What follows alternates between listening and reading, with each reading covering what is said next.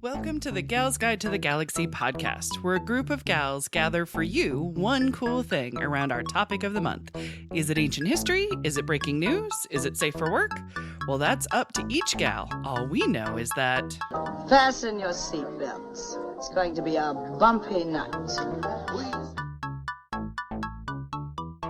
Hello and welcome to the Gal's Guide to the Galaxy podcast. It is advertising month, and I've got with me a new group of gal pals, some of which have been empowered by focusing on commercials, and some of which who have been tortured by focusing on commercials. And I asked, why can't it be both?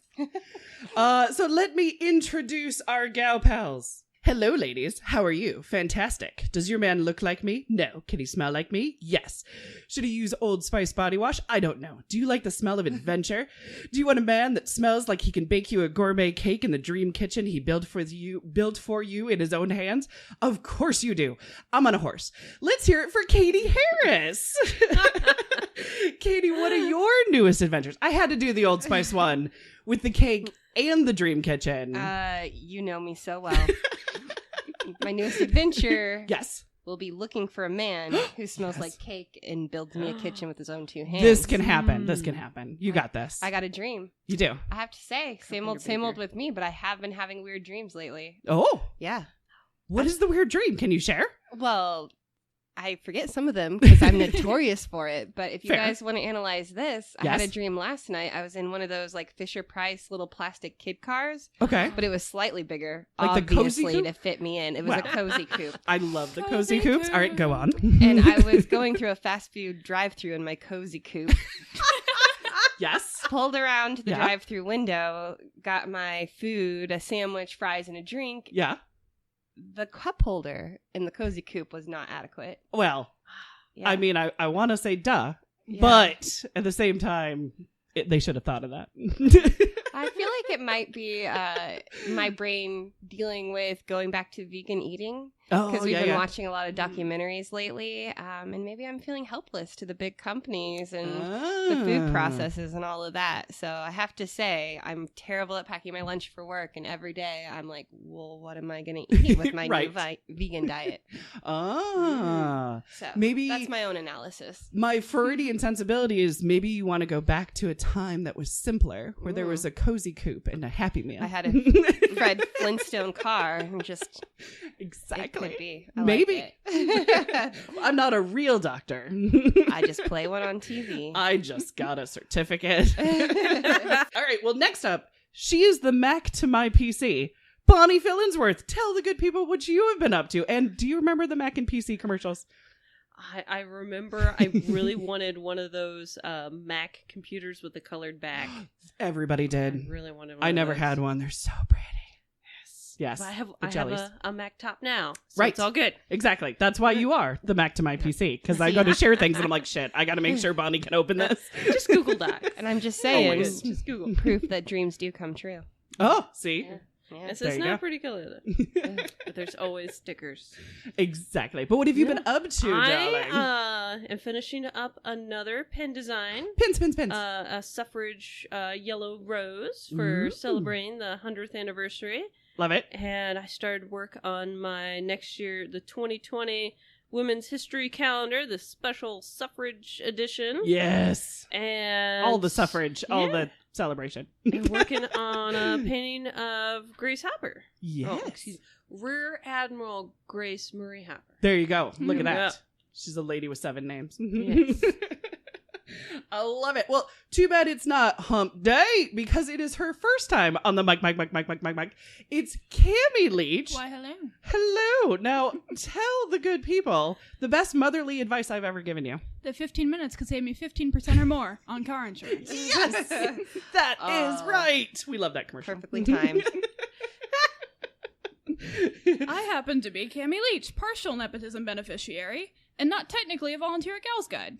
Not technically. I have been a wonderful, wonderful assistant while finding and organizing books for the library, and I do hide, but I do help during some events. Yes, you do. You help lovingly. While hiding. Exactly. Hey, and that is totally fine. I saw you at the farmer's market. She was working it. Representing the stand. Absolutely. Yep. Lugging heavy crap around. I know. Covering my dead ass. Exactly. And as always, nepotism rules. Partial nepotism beneficiary. I do like that. We should get that on a t-shirt. Maybe that will be the new one. Oh, look at that. Katie finally made a t-shirt, made the t-shirt list or the merch list at this point. So we need to get Bonnie on there. I'm famous. One of these. It's got to be totally random. For some odd reason, there's just a line that either me or Lisa, who is our marketing manager, it just sticks out to us. We're like, yep, nope, that's the merch. It'll happen, Bonnie. Oh, yes, it'll happen. Well, as for me, I am Dr. Leah Leach. I am the executive director of Gal's Guide to the Galaxy, and welcome to the most interesting podcast in the world. Really selling it. I got all the advertising cliches in one introduction. Well, we are researching women in advertising this month, and there's going to be a lot of groans because women have been depicted very terribly in commercials. But there will also be a lot of cheers for those empowering commercials that shatter gender limitations in less than 30 seconds. So we're going to focus on ad campaigns and women in advertising that taught us something, but I wanted to give a little hat tip and kind of like set the tone, if you will, of the gals in advertising world. A little bit of history. Mathilde C. Wheel started the first female-run advertising agency in New York in 1880. Wow. I actually had no idea. 1880? Helen Lansdowne wrote magazine ads as early as the 1911s and is in the Advertising Hall of Fame. I didn't know there was an Advertising Hall of Fame also. And Bonnie, you'd be totally happy because Helen was also very active in the suffragette movement. So, yes. Add it to the list. Absolutely. And the League of Advertising Women began in 1912. Again, 1912. I was surprised that it was like really way that early. We're talking before the 19th Amendment. But it was started by two women, Christine and J. George Frederick, because many of the ad agencies were men only. So they started their own advertising league. And also, Nettie McGrath became the first female art director at a major U.S. agency in 1926. Nettie is quoted as saying in the book Mirror Makers, quote, "I know of no other woman art director in the field. I was discouraged by everyone from making the attempt and had to work perhaps harder than a man." So interesting. These are our ladies of advertising, the pioneers, if you will. So are you gals ready for advertising month? Woo! Yeah. All right. So who is ready to just do it? See, I even got the just do it in there. Yes, I did. Well, for mine, I did a little, I rewatched the Misrepresentation documentary. Sweet. On Netflix. I think I also saw it on either Amazon or Hulu, too, the other day. Awesome. But I watched it years ago, and I didn't remember a darn thing, so I rewatched it the other night. Took a little notes, mostly on advertising, but it just goes into so much more stuff. Yeah, it's a good documentary. Yeah. It's been a while since I've seen it too. So yeah. And then I was watching it. I think it came out in 2011. Like I think some of their statistics are probably older, off dated. by now. Especially it was like the amount of hours teen spends on the internet. Oh yeah, right. Probably way off now because I think they were estimating. That's very way up. Yeah. Yeah. I think they were estimating like 10 hours a week or something. 10 hours a week? Nope, 10 hours a day. Yes. A day. Yeah. Especially screens now because the screens are in schools too. I mean, a lot of kids have iPads or tablets or some equivalent. So, yeah. Or just video game addictions. Yeah, there's that. Yeah, Like absolutely. Representing. No, they were between internet, movies, TV, magazines, and a bunch of stuff. They were estimating 10 hours of media a day. Wow. So it's probably a little bit more now, but what the average American teen consumes. It's still a lot. Yeah, it's a lot. And it's a day. Yeah. This is 70 a week. It's a lot. That's more than a job. Oh, yeah. I was even thinking about it just when you're driving. I mean, you have billboards. You know what I mean? Billboards. And then also, you know, if it's a semi-truck, that's an advertisement too. You just, everywhere you go, everywhere you turn, you're bombarded by another advertisement in some way, shape, or form. And they said that 53% of 13-year-olds feel unhappy with their bodies. Mm-hmm. 13, so like when puberty starts, and then it goes up to 78% by 17. Yeah. I mean, I represent that remark. I remember that glorious time, and it's like, oh gosh, yeah. Advertising doesn't help because you're picking I always say the genetic superior. You know what I mean? Like, especially coming from like a movie background, you are looking for who's the most attractive, who's the person you want to be and emulate, and that's who you hire. And so it's not like there are ugly people in commercials. No. So yeah, it hurts. And it said 65% of women and girls have an eating disorder, and I was like, that's more than half. Right, exactly. Like, and then I did a quick search at nationaleatingdisorders.org, and it said about 10 million men have eating disorders. Ah. And there's about 151 million men in the U.S., so that's only about 15%. Gotcha. That's still a big gap between bad, women and men. Yeah. Yeah, very true. But it's one of those things where it affects men as well. So yeah. But like, goodness gracious. 50% That's a lot of women, though. Jump Yeah, between yeah. the two is crazy. Yeah. Oh, absolutely. And then it's gotten way worse since the documentary came out. But photoshopping has led to just an unachievable standard. Mm-hmm. They see these women and they don't look like that at all. Like almost none of the people that you see, TV, magazines, billboards, anywhere actually look like that. Yeah. I can't remember if it was in the documentary or I saw it later, but there was Cindy Crawford even said, I wish I looked like Cindy Crawford in the sense of when she poses and then the photo comes out or the campaign comes out, it doesn't even look like her. Mm-hmm. And that's, that's her saying it going, I don't look like that. I do like the Photoshop boo-boos where someone will have, like, they'll have their arm around someone and then there's like an extra arm down there. Like, those are great. Absolutely. I do wonder if they ran the numbers again, like if as a society and especially our young people are getting more enlightened because social media has so many like kind of exposés and look at this real life. But on the other hand, social media also has that idealized version of what everybody wants their life to look like. Right. Yeah. Which is psychologically damning too. So now you don't have just Photoshop, you have like the Snapchat filters right. and stuff that like, I mean, it's not just putting, cat ears on someone, but they're right. doing like a weird things. A lot of times, though, because the ones that I liked at first were the ones that put makeup on me. I'm like, yes, do it for me so I don't have to. But then I realized, like, my eyes were either smaller or bigger. You know what I mean? Like, it was a lot of physical characteristics that were being changed in those filters. And I'm like, wait, this is weird. I'm slightly afraid because you mentioned cat ears. You dare mention cat ears and photoshopping after the Cats trailer has come out? Oh, the Cats trailer. Have you guys seen the Cats trailer? There's too much craziness. No. Oh, okay. We'll watch it on break. There are things you can't unsee. We will scar them for life. The way that I put it is, remember Jurassic Park? The scientists were so preoccupied with whether or not they didn't stop and think of whether or not they should. They're turning humans into cats, and they've been neutered. Let's just say they've been neutered. They made a glorified CGI furry movie. Yes. Like Cats the musical or it's Cats the musical. Oh, goodness. But it's all CGI. And it's I don't think I can see the Lion King like that. It looks weird. I'm not. It was all right. Yeah, you can pass. We went and saw it. It's the same story. It's just it looks pretty and there's things that are changed, but things that are exactly the same. Yeah. Exactly. But John Oliver and Billy Eichner do good. Yes, this is true. It's a different version of Photoshop. Yeah. It's rendering.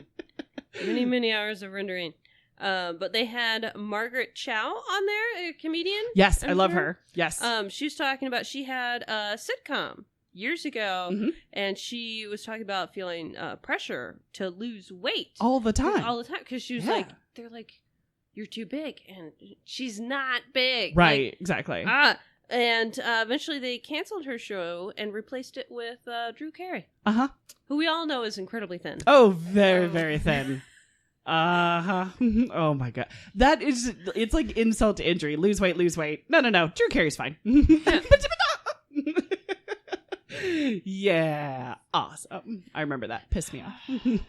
But they talked about that self-object...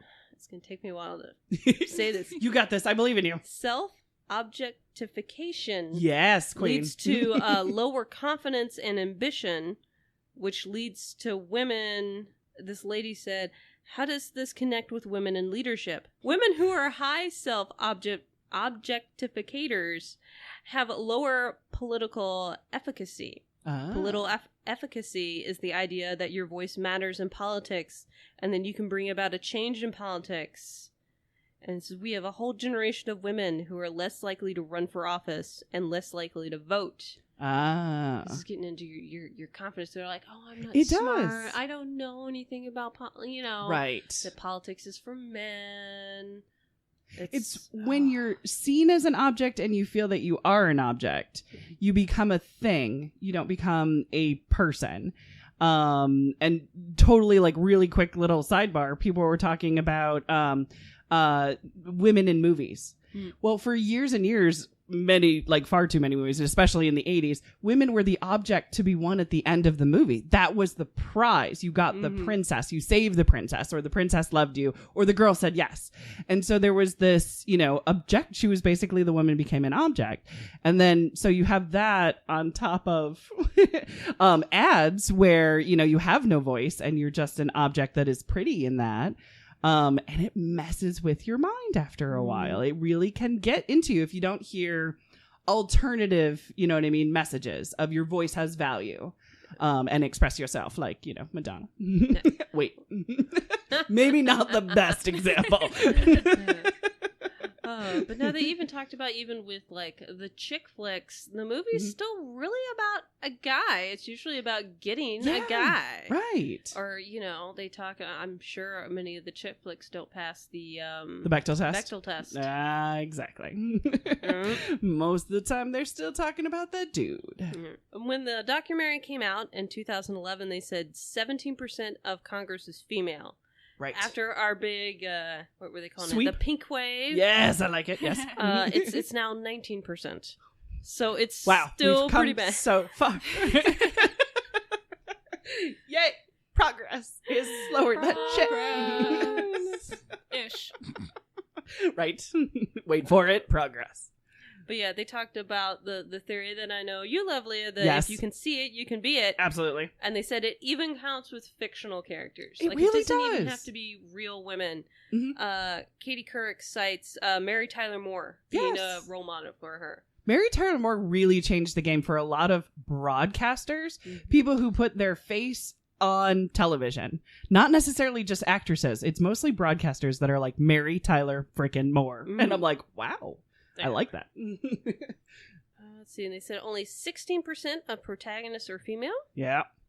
And I think they said only like 7% of directors are female.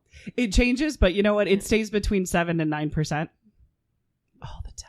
So disappointing. But it's a really good documentary, and all kinds of women are on there talking. They were just they don't even tell you. It's just poof, and they're like, "Oh my god, it's Heather!" There's Gina Davis. Yes, Gina Davis shows up there. Yep. Gloria Steinem, Katie Couric, and even former podcast subject Rachel Maddow. Yes. That's the first place that I got to know Rachel Maddow was from the Misrepresentation, because I don't watch the news. It's a long story. So then I saw a news broadcaster, and then I'm like, oh, maybe I should look up who she is. She seems really smart, intelligent. You know what I mean? I like what she had to say. And then I learned she had a new show on MSNBC. And then Kim talked about her. So I was like, sweet. I'm caught up. It's all connected. But yeah, it's streaming on a whole bunch of places, and check it out. It's going to be on our recommended list for the library. Absolutely. It makes you mad. It's both like, you're both like mad, but then you're also like, let's change this. Stop. Yeah, like, yeah, you're yeah. like, rah! Like, it's good. Do they give you a solution, like what their ideas of how things could be changed? Is it just more women being heard? They had a lot of, they were interviewing young people. and they seemed like they wanted it to change. I mean, it's also, that's who they're handpicking for the documentary, like, you know. They're not editing in the kids that are like, no, it's fine, I like it the way it is. But yeah, it seemed like the kids like, want to change it? I don't remember anyone asking us that kind of questions when I was young, and I'm gonna be 33 this year. I'm not that old. Well, I never remember anybody talking about the effects of advertisement until I got to college, and I used to spend this will date me. It wasn't an internet thing. I used to, first, I started with the JCPenney catalog. Oh, yes. And I remember, I don't know why, but I just felt like I knew I wanted to tell this story today. I remember I would choose a new family from the JCPenney's catalog. Oh, there you go. I would pick my Christmas gifts. I'd like look through and like all the families in their matching PJs. Yes. For Christmas. And their little onesies. Yeah. Right. I was like, so that's going to be my mom and that's going to be my dad. I see it. That'll be my new brother. Yeah. You know, why have your family you're born with when you can choose an attractive one from a magazine? Isn't that what they're selling? The illusion of the perfect family in the catalog. Framed, put them on your office desk. Right? And then I spent time looking at 17 in those kind of teen magazines. And Cosmo. Which were the same thing. How much makeup can you put on? Yeah. Dress to your body type. But all the body types are... Thin. There's not a huge variety, right? So definitely, like all of our, like the kids are now inundated, and even us adults with that message. But it just kind of came in a different format then. But I never was aware of that it could have a psychological effect on me. Yeah. Until a college sociology class where we read a book that talked about the impact of advertising on things like eating disorders, what you're talking about. The book's called Am I Thin Enough Yet? We added it to our Gals Guide list. Yeah. I remember that one, yeah. I really recommend it. It's really eye-opening to know how much that gets into your head. Oh, yeah, absolutely. Sure. They had a one young girl on there talking about how she's just very petite. Yeah. And she would talk about she had like the opposite, where people thought that she was anorexic just because she's very short and very thin naturally. Yeah. And she was like talking about making sure to like overeat at lunch. So people to make see her eat. Mm-hmm, exactly. It's still a body issue. Right, exactly. Yeah, it's there is no perfect medium for it, basically. And the other thing that I always remember is because I always thought, I was overweight in high school, in my 20s, and then I look back at photos and I'm like, oh my God, I was the thinnest ever. And that's when I really, really hated what my body looked like. And it's a lyric in a song too. It's "You are not as fat as you thought you were." Ever. And I do wonder if it's because we don't see what real bodies look like. What are you comparing to, right? Yeah, if you're comparing to an actress who has been on cocaine for the last 2 weeks and hasn't ate a solid meal, then... It's kind of interesting to me because at the beginning of this month, I traveled to Iceland. Yes. And we went to one of their swimming pools there. And all of them are very much the same, their customs and how they handle the swimming pool. And one thing you have to do is you have to shower before you get in the pool. Right, which they say to do here. We just know it does. Nobody does. But they're serious about it. There's body diagrams with red circles around the armpits and genitals and feet. They're like, wash them good. But of course, being American, where we don't have nudity in front of each other, it's not really common. Like maybe some people at the gym that are like free spirits are like, I'm gonna the brave down ones, but it's not like that there. It's everyone. Yeah, whether you're 2 or you're in your 80s, you're dropping trowel, you're getting buck naked. It feels like freedom. I mean, I wish I had that amount I felt of weird. freedom I was to be able also to do with it. my aunt and my mother. Yeah, so you're also talk with about family vacation bonding time. But on the other hand, I kind of came away from the experience like I didn't feel like great about my body because there were some real hot Icelandic ladies there. Right? I told Josh he went to the wrong dressing room. But there were also some like extremely old ladies that I was like, and that is what an elderly body looks like. And there was a mom there with a very young child that, kind of had that pregnancy and like been nursing boobs going on. Right, exactly. And I just really appreciated I sound like a pervert now, but I really appreciated seeing the realness of everybody's bodies, and I kind of felt like more that I fit in. Yes. So I won't say that it made me feel fabulous about my body, but it made me feel like it's a body. These are all our bodies, and they all look different, and they all are different. So, and I think just as a society, we're so private with our bodies, and the bodies we exploit are the perfect ideal. Right. That none of us have, even those people. Yeah. We're seeing one small percentage of a body type in, American media, when diversity, and variety is the spice of life. I was actually surprised how comfortable it made me feel kind of after the experience, after the nerves were gone. Yeah, I would think so. I think it would be totally freeing. It slightly reminded me of, I lived in California, and then when I would come to Indiana to visit my parents, I'd be like, oh my gosh, I don't feel like I need to like suck in my gut here. Like in California, you're always like, is my hair perfect? Is my makeup fully on? Am I sucking in my gut? And in Indiana, it's like, dude, you can do whatevs. And it's like, this is kind of freeing. Right? It is such a cultural thing. Yeah. So, and I definitely didn't feel judged there. Maybe somebody was, but it didn't feel like that. We were all just doing our business to go to the swim pool, and it was whatevs. Yeah. So we need naked swim pools, America. Let's do this. Down with advertising, up with naked swim pools. I think so. I like that idea. New t-shirt. Katie's like, I'm getting on that t-shirt again. Well, that wraps it up for us this week. Join us next week as our next gal pal shares her one cool thing on Gal's Guide to the Galaxy podcast continues. Thanks for listening. For show notes, links, and images from this week's show, visit galsguide.org. Want exclusive stuff like deleted bits and major bloopers? Become a Gal's Guide patron today. Thanks for listening.